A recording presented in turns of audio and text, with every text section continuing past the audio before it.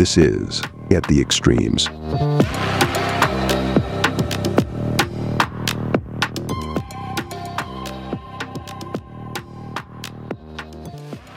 So Sergio, before we get into Cody, I feel like it's a good idea to talk about, now that we've gone through like the history of all this stuff. Like, why is this like important? And like, why the fuck are we here? Like, why are we talking about homesteading? Why are we talking about like the extremes? Like, why does this matter to me? Why does it matter? Why should it matter to most people? I think about this. I've got a lot of friends in my family. Not friends in my family. I have friends and family who all kind of ride this like center left, center right. Some of them are like MAGA-ish, MAGA light type of people. And I know not a lot, but I know a couple people in my life who deal in conspiracy. Okay. And for me, I thought to myself, what better way to try to finally figure out or like understanding or trying to gain some level of empathy towards these people than to go 2 feet into it. Just balls deep into... Yeah. And unfortunately for me, I had been a subscriber of a YouTube channel for a really long time. Okay. Of a guy who we're going to talk about here in a minute, but who went from being like a normal dude to what you see now invading the Capitol building. You know what I mean? Like these like brain rotted right wing people who think that there's a deep state after them. Like a Pizzagate. Yeah, Pizzagate. Like their children are being abducted all the time. That this is a thing that happens consistently and on a daily basis by the global elite and not people who know these children intimately and who can come in and out of their homes on a daily basis and no one second guesses it because they're family and friends, and those are the people who are actually trafficking them, not fucking BlackRock or Bill Gates or George Soros, right? Like there's a lot of that bullshit in the right-wing ecosphere. And I thought to myself, all right, I know I don't know anybody who believes in that stuff, but I know people who are like, oh, well, there's a bigger power group outside of, the American government or the British government or whatever, right? Like there are all these different parties that play at a deeper level than this. And I thought that they have inside information that the rest of the world doesn't. Right. And I thought to myself, what better way to like try to gain some level of understanding, empathy, or at least like insight, more ammunition to shoot them down kind of thing, than to look at their stuff from a very objective standpoint. And Cody Crone is that guy for me in this moment. So like all of the homesteading stuff and all that stuff adds up to this moment. And it's like a bunch of background to get to where we're about to go here in a little bit. But so you're just basically like warming us up before you just full insertion. Yep. I am the S&M daddy to your punishment. Okay. So just put on the leather. Thank you, sir. Can I have another? No, you can't. Not until I tell you. Not until I tell you you can have another. All right. So the year is 2005. Nickelback just dropped an absolute banger. Look at this photograph. Oh yeah. Hell yeah. It makes me laugh. What an absolute tragically bad good song. A song you love to hate. Oh my God. I mean, like they are that band, that quintessential band for people, aren't they? Like you either love Nickelback or you hate Nickelback. And I hate Nickelback. Yeah. Are you a Nickelback guy? No. Okay. No. The only one I remember. There's no judgment. No, the only song I remember them is the Spider-Man song. Okay. Like, My Hero. Oh yeah. Oh God. There goes my. Oh no. No. That's Foo Fighters. Anyway. Top grossing movie was Star Wars Episode 3, Revenge of the Sith. Hurricane Katrina was destroying the Gulf of Mexico. And if you didn't realize that Kanye West was crazy during now, this motherfucker like dropped the most, I don't know, would you call it the most absolutely insane thing that anyone's ever said? With the breach of 3 levees, No, I protecting think New he Orleans, was the speaking landscape of the facts. city Oh, has absolutely. changed But like dramatically, on tragically, national and TV, perhaps like we irreversibly. should have seen There's it now over coming. 25 Fucking feet of legendary. water where there was Yeah. once city I'll streets fast and forward, but thriving basically, neighborhoods. Mike Myers, a Canadian, is on live TV with Kanye fucking "I Don't Take My Medication" West, and Kanye drops this line. This is also 18 years ago. Yeah. I've tried to turn away from the TV because it's too hard to How did watch. you not? How did we I've not even see been it? How did we shopping not see it coming? before Even giving a donation. So now I'm calling my business manager right now to see what is the biggest amount I can give. And By the way, just you could give imagine all of it. if I was- Look at Mike if I Myers. He's was like, what the down there, fuck and is he those are- talking Those are about? my people down there. So anybody out there that wants to do anything that we can help with the setup, the way America is set up to help the poor, the black people, the I love the less this well off version of as slow Kanye, as by the way. possible. I mean, this is Red Cross is doing Pre-Yeezus? to Pre-Yeezus. go down and shoot us. Mike Myers is like, what? And The subtle, fuck but is he in talking many about? ways more profoundly devastating I is love the this lasting part. damage to the survivors' will to rebuild and remain in the area. The destruction of the spirit of the people of southern Mike is Louisiana like, and "Ah, Mississippi just get me out of this may end up situation, being the most please." tragic Hell loss yeah. of all.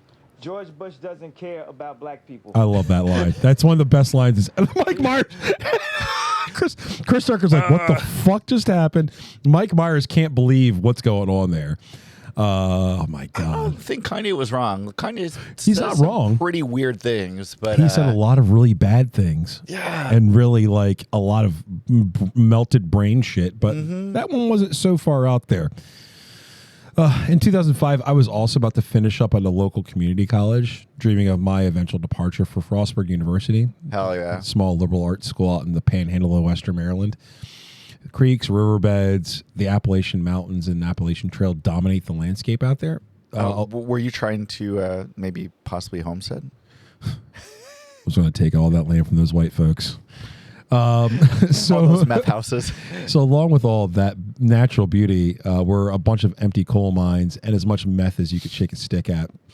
So between cans of Miller High Life, I would watch Survivor Man, try to figure out how I could use his tips and tricks to help me survive Frostburg. I say that in heavy quotes. The whole premise of the show being a solo traveler who's out there. He doesn't have he's got support less than 20 minutes away at all times, by the way. He would show you the audience how to survive in emergency situations. Well, and this is just to repeat. This is Cody, our friend, right? Wranglerstar. No. This is Survivor Man. So Oh, Survivor Man is okay. Les Stroud. Yeah, Les Stroud. He's an actual Survivor Man. Okay. Homestead type. He lives in the frontier of Canada, but he had a TV show for a bit. Okay. Farmed here. They would farm this prickly pear cactus because its fruits are so good, and you can also do what I'm doing. Hell Cut yeah. away the skin. Yeah, and he just shows you how to process a Helps to have cactus. a good sharp knife for this. Did you ever have fantasies that you were going to just be stranded out in nature and Yeah. you need to I learn how to wanted survive? Show you what I can. I wanted that Eat for a on the really long time. Really? Yeah, I thought I Get things out thought of the I way was now. cut from a There's different still cloth. I am all not. these little You are. veins, these white veins, and you don't actually want them either. There's actually a little line in between the two veins, and that's the edible stuff. Not only that, but if you've got a bad cut, you can or a burn, you can put it on it, and it's very cooling to the skin and helps to cool any kind of burns or cuts. You can eat this raw, or you can put it in, gather it all together and put it in a pot and boil it and boil the slime off. So obviously very informational. Yeah. One of the other things, and I think this is actually very applicable to any situation really, is that he would talk you through, and he talked about this a lot. It's called the 3-zone check-in. This is actually really informative stuff, I think. So how'd you give us some background? How'd you get into this stuff? Where did your desire to become a survivalist? So my dad took us out a lot in the woods growing up. So it was all right, kids, I'll see you when you come back. He was just go play. He was always within eyesight kind of thing, but he was just go play. I'll see you when you come back. So my brother He didn't and I, drive you out and say, all right, I'm going to drive you 40 miles. You better make your way home. And I need you guys to get the paracord out. Yeah. No, it was none of that. No, he would just take us out into the woods and be like, all right, go play. And, my brother and I, we would splash around in rivers and creek beds and find tadpoles and frogs and like, so I always had this like natural obsession with being in the woods, being like kind of not necessarily removed from society, but like the idea that like, yeah, like this is something that I don't know. It was kind of like baked in from a very early age of like, all right, there's a fascination with being in the woods. Like why, what is that fascination about? Well, I feel like for me, it's like I can be connected to the earth in that way. I always take, so for my birthday, I always take a hike for my birthday. I've been doing it for the last like 10 years. Like Awesome. I go by myself. I don't go, I purposely go with no one else. I take my dog. We go on the trail. We didn't go last year because he's 15 now.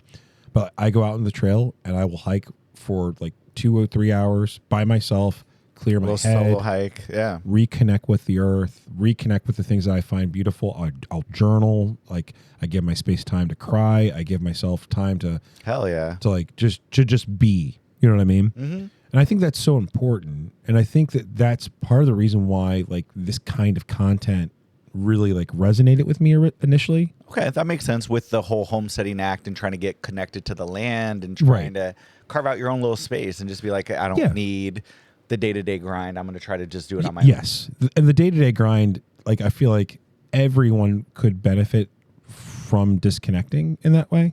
But you know, for me, like I know that my level of desire might be like your mileage might vary. You know what I mean? Like you might be like, okay, I'll go to, I'll go for a real quick hike. Not hike. I'll go for a real quick walk around my neighborhood. Mm-hmm. Like that's okay too, right? Like that's not like you don't need to go off into the middle of the Appalachian Trail and get lost for a couple of days in order for you to be satisfied. Or but for me, it grow was. your own veggies, and use your shit. No, I will always advocate for people growing their own food, but that's only because I think that there's something so rewarding about watching something grow from nothing to a lot. Yeah.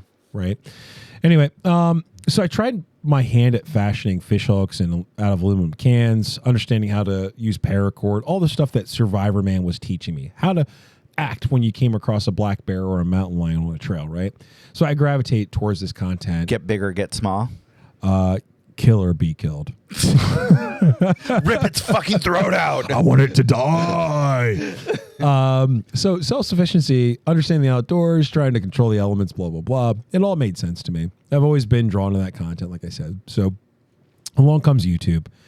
And, you know, YouTube's been around for a good while, but like it was in its infancy in the early 2000s, in the early So this aughts. is your undergrad. So this Yeah. Okay. Yeah, I was an undergraduate. And so YouTube, you know, thousands of hours of bushcraft, survival content, that kind of thing immediately pops up. Like it wasn't like, it was almost like, you know, God created the sun and the earth, and then there was YouTube, and there was a lot of like, you know, content around that. The pre-algorithm. Yeah. Before there were algorithms, I was helping to create it.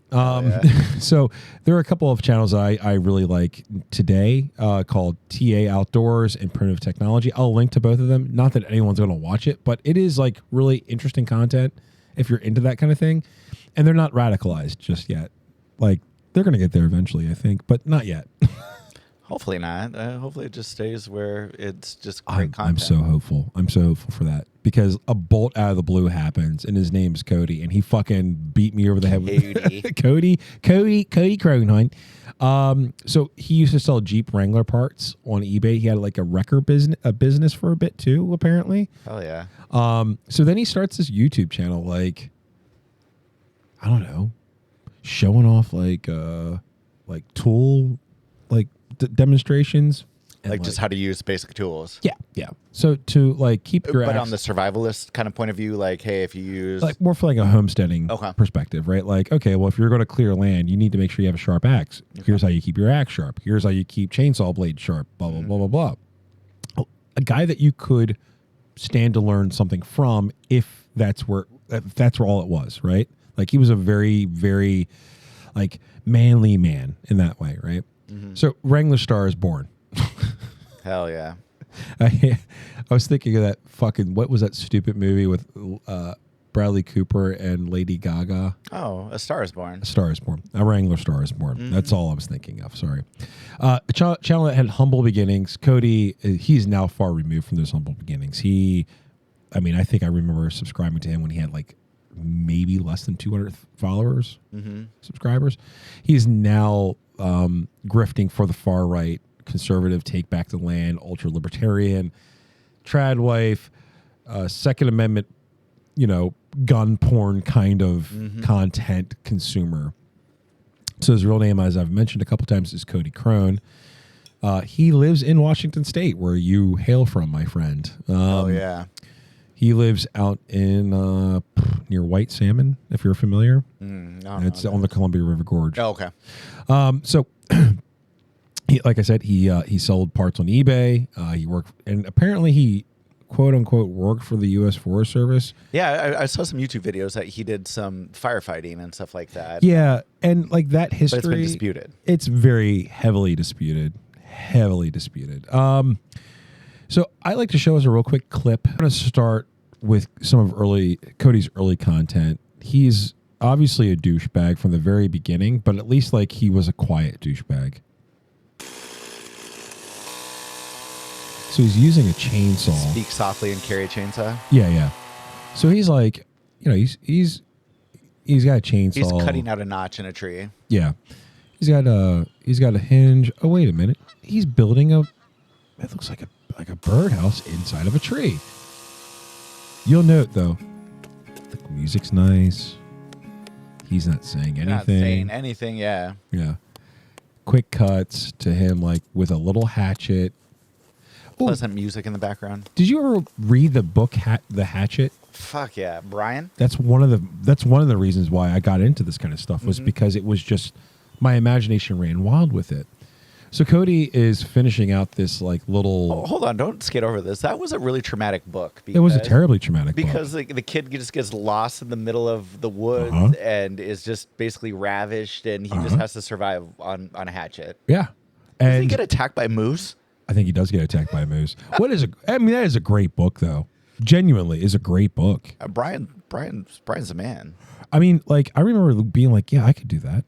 I genuinely remember being like the 4th and 5th grade being like, yeah, I could do that. I just remember them talking about the mosquitoes and being like, yeah, I can't do that. Yeah. I will fucking die. Yeah, that's true. Yeah, fuck mosquitoes, man. Jesus Christ.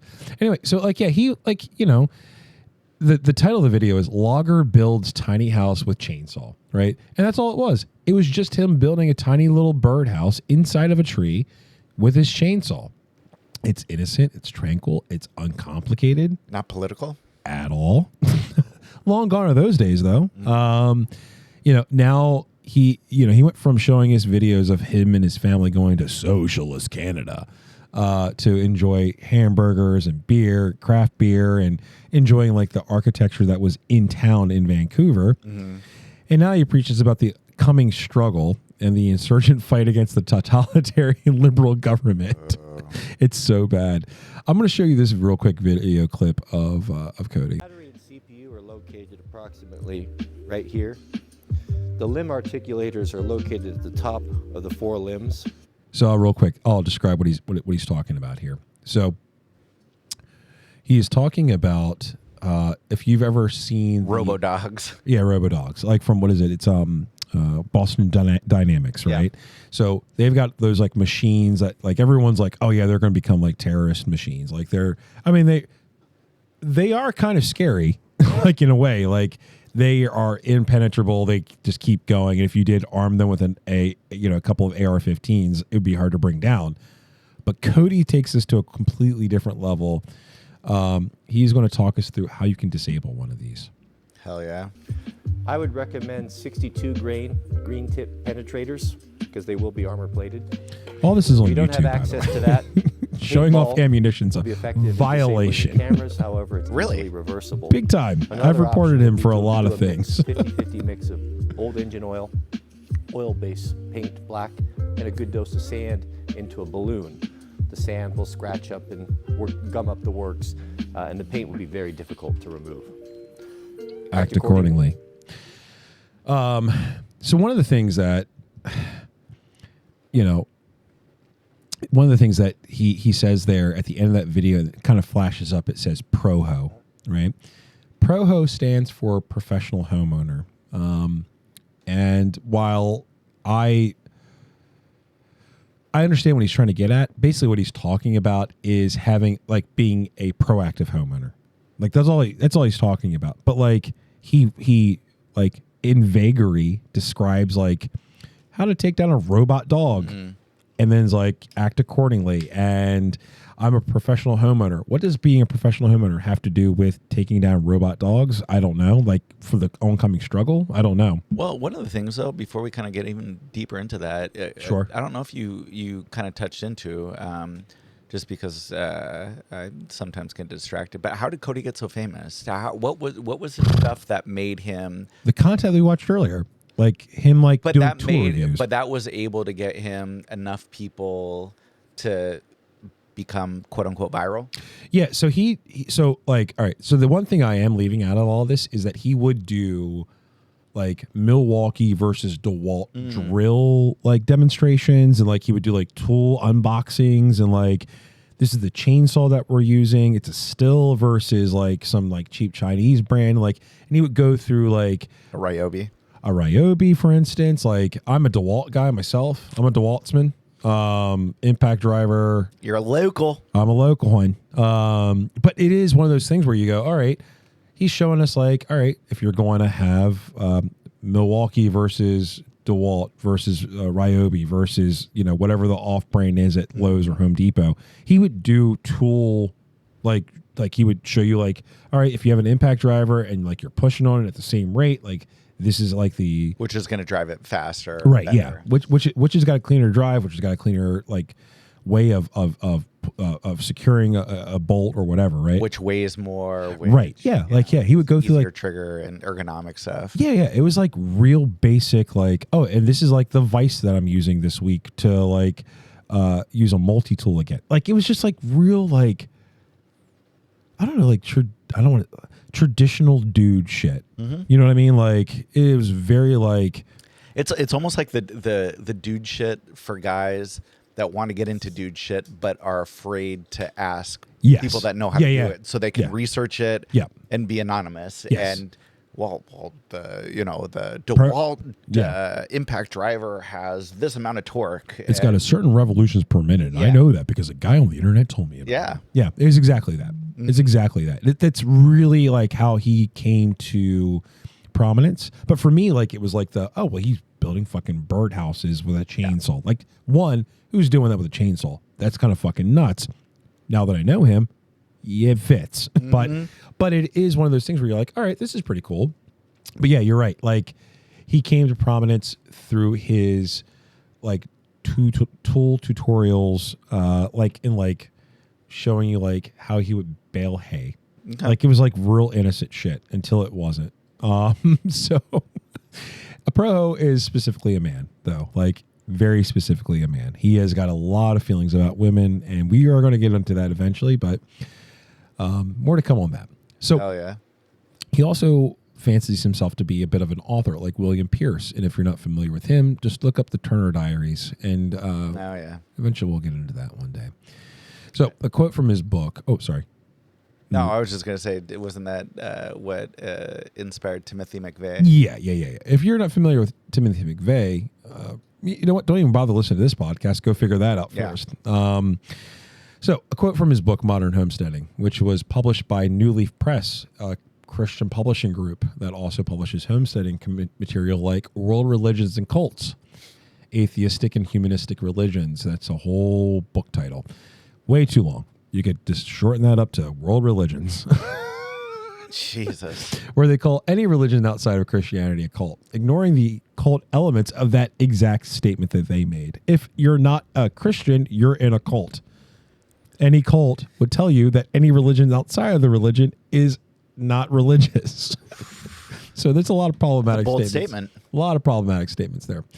From Cody's book, I'm not suggesting that homesteading should be used as an excuse to escape reality. The choice of homestead, whether it be 500 acres or 5 acres, should be about creating a sanctuary in a busy, overstimulated world.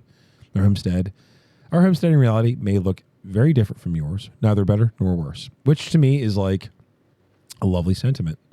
Reducing the speed of things around you, reconnecting with nature, being a part of the process, growing food, being self-sufficient, playing outside, reconnecting with the earth is all the things I talked about on my hike, right? not dealing with a day-to-day grind. It all makes sense to me. It all made sense to me at the very beginning of this before he turned into a fucking lunatic. And if I didn't know any more about Cody, only after reading that piece, I'd say he's a well-balanced individual who's just looking for balance and peace. But he's not. He's an unhinged libertarian lunatic. Last thing. Oh, go ahead. No, I would just, I'm thinking about it, and I don't want to jump the gun, but sure. Do you think that's something that's kind of been ingrained? Because I know with Cody, he grew up in a pretty religious household. Yep.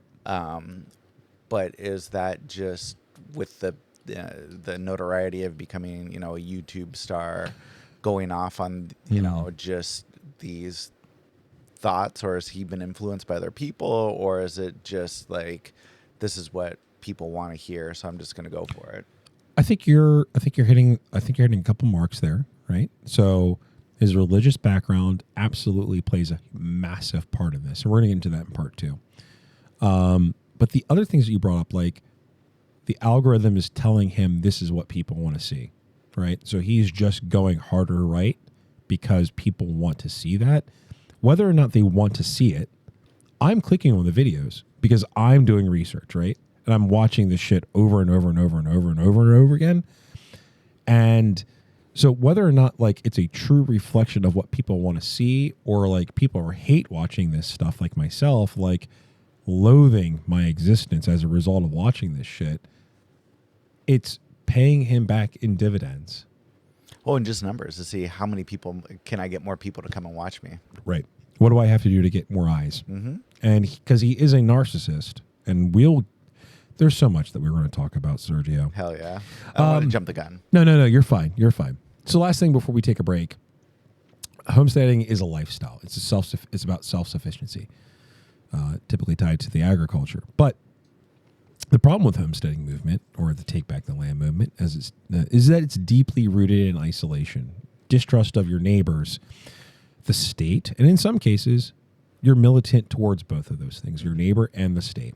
So Cody, to his credit, does have friends that live nearby, and I think they're more of like a militia than they are friends, because they are very, very vocal about how many weapons they have. And they talk about it a lot. So let's finish with the couple of feel-good clips, because the next couple of sections that we're going to cover, the next couple segments, are going to get a lot more sinister. So I kind of want to leave us with a kind of some happy thoughts before we get into the dark shit. Yeah. Well, it's not even that it's happy thoughts. It's just that it's neutral content, right? So he talks a lot about his time in the U.S. Forest Service, and he talks about like, how do you repair shit? How the U.S. Forest Service fixes axe heads that have worked loose. Clamp your axe in the vise. If there's a step wedge, mark the center with the center punch. Drill. So, go ahead. No. Oh, okay. So one of the things that like I want to highlight real quick is that he's got a non-offensive voice. He's not offensively bad-looking guy. Like he's not like a terribly ugly-looking dude. He's obviously like he knows what he's doing. Like he's going to show us like how you do this thing like step by step. And like this is the Cody that I didn't want to say I fell in love with, but this is the Cody that was like, oh man, this guy knows what he's talking about. I can learn some shit from this guy. Yeah, check this out. A small hole in the step wedge. Thread a slide hammer into the hole you drilled into the wedge. Pop it out. Use a plastic dead blow hammer to remove the head from the handle. If you're going to reuse the axe handle, determine what caused the head to come loose. Here we can see that this back taper is far too steep. I mean, he's got a lot of tools that he's using right now that most men don't have or women have in their tool collection. No, he's got like wood planing things. Strike the axe handle on the bottom to set the head properly. Kind of reminds me of Bam Bam from the Flintstones Club. Cut a new wedge the exact width. Don't hit the wedge directly or you'll split it. A conical wedge is better than a step wedge because it pushes from all sides. And that's how a U.S. Forest Service repairs an axe with a loose head. Okay, right? Like completely unoffensive content. Like nothing about that's bad at all. I love that. Another clip where he cuts boards from a log. There's no words, no calls to action, no advertising, even though there might be some advertising here. If you look at like the wood planer that he's using, just a dude planing some wood. Is he still allowed to be on YouTube? Yeah. Oh yeah. It is one of his single streams of income. Wow. He's got 2 streams of income. One of them is definitely YouTube. Huh. I'm going to turn this down just a little bit because it is very loud.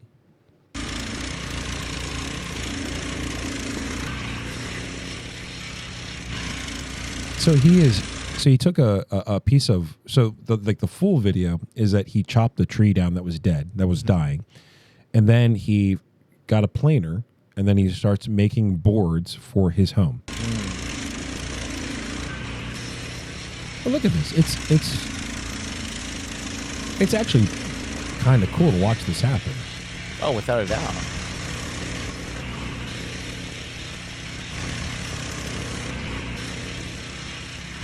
Yeah, no, I mean, the ability to be able to do things on your own and not have to call somebody and just figure it out is ideal. Yeah, I mean, and that's, again, nothing wrong with that. No. Quiet, nothing's wrong, nothing's going on there. The last clip I'll show you as we end the episode here, Cody shows footage of him and some of the forest workers that he managed fires with, cooking burritos on a shovel. It's just dudes doing dude shit. Mm-hmm. It is there's nothing about this that's wrong or weird. On a shovel? I ate my burrito cold the other day. I never thought about that. No, he just put in mayo on the shovel and replace it shovel. Oil. I ate my burrito cold the other day. That's really funny. Yeah. I ate my burrito cold the other day. I never thought about that. No, I would have never thought to do that. Yeah. It's just dudes being dudes. You know what I mean? Yeah. I mean, and just why not? Yeah. Because you can, as long as you didn't use it to, dig out a hole for your shit. Cody's just having a burrito with the dudes, man. He's just being a dude. With the Latinos. Yeah. Gracias. Gracias. He even says gracias. Mm-hmm.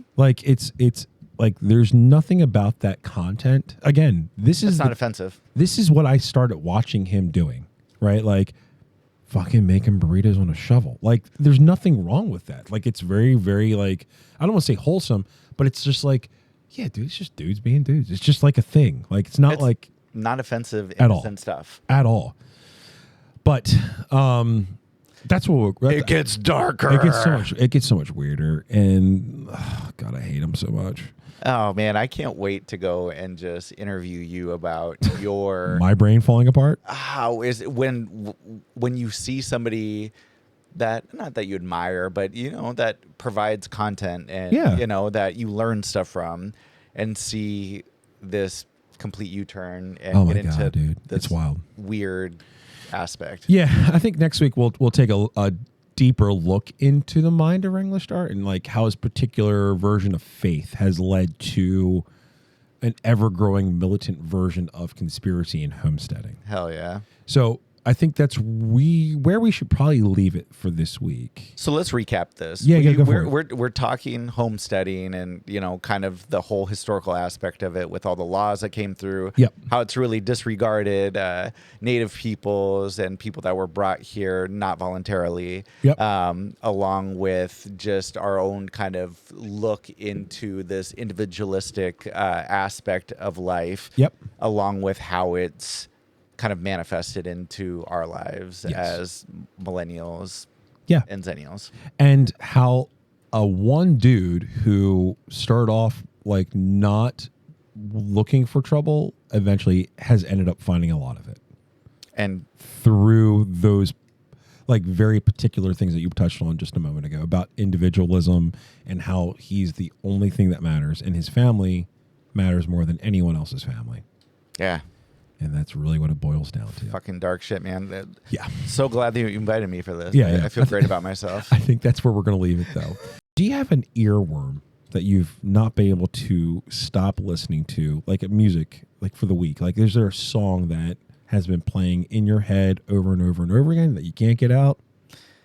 So I've been on kind of a reggaeton kick lately. Hell yeah. So I've been listening to a lot of Bad Bunny, and The thing is that Bad Bunny for me a lot just reminds me of Stan's dad from South Park pretending to be Lord because he goes, yeah, yeah, yeah, yeah. And if you don't know what I'm talking about, you just have to fucking watch it just because it's just ridiculous. And it just makes me think back to how auto-tune is just awesome, but it's also so weird. Ruined the music. Man, it just makes the shit so catchy though, and anybody can. Yeah, it does. And anybody can perform and sound all right. And so Bad Bunny is just. Do you have a track? There's a song called "Party" that's just it's just ridiculous, but it's just a stupid song. But I've been listening to it. It goes party, party, party, party. Hell yeah! And it's just great. Is this it? Is this the jam? Oh, this is it. But it's so he does a little bit of an introduction, then within like 15 seconds, it just goes to the hook, which is party, party, and it's just hell yeah, so bad. Is this like a White Girl Summer kind of song?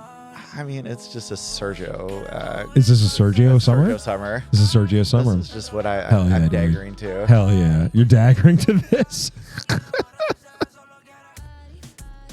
Hey. Oh man, I like that. Yeah, I do like it's that. just the reggaeton beat you just get down with. All right, so if you have anything that you want to reach out to me about, I would love for you to. attheextremes@gmail.com is my email address. And if you're looking to reach out to me on socials, well, forget about fucking Instagram. Forget about fucking TikTok, because I don't do that shit either. No. And forget about Facebook, because Facebook is for boomer losers. I'm only on the most extreme social media platform. We used to call it Twitter. It's called X now. You can find me at The Extremes Pod on Twitter, and you can reach out to me there. And you can, correct me on anything that I've gotten wrong, anything that I've gotten right. You can actually, you know what? Don't talk to me about what I've gotten wrong. I only respond to positive reinforcement. No, man, talk shit about us, and we will fight you. Yeah, actually, I'll come to your house if I have to. And beat you in foosball. Most certainly. Anyway. All right. Well, I'm going to let Bad Bunny play us out. Party, party,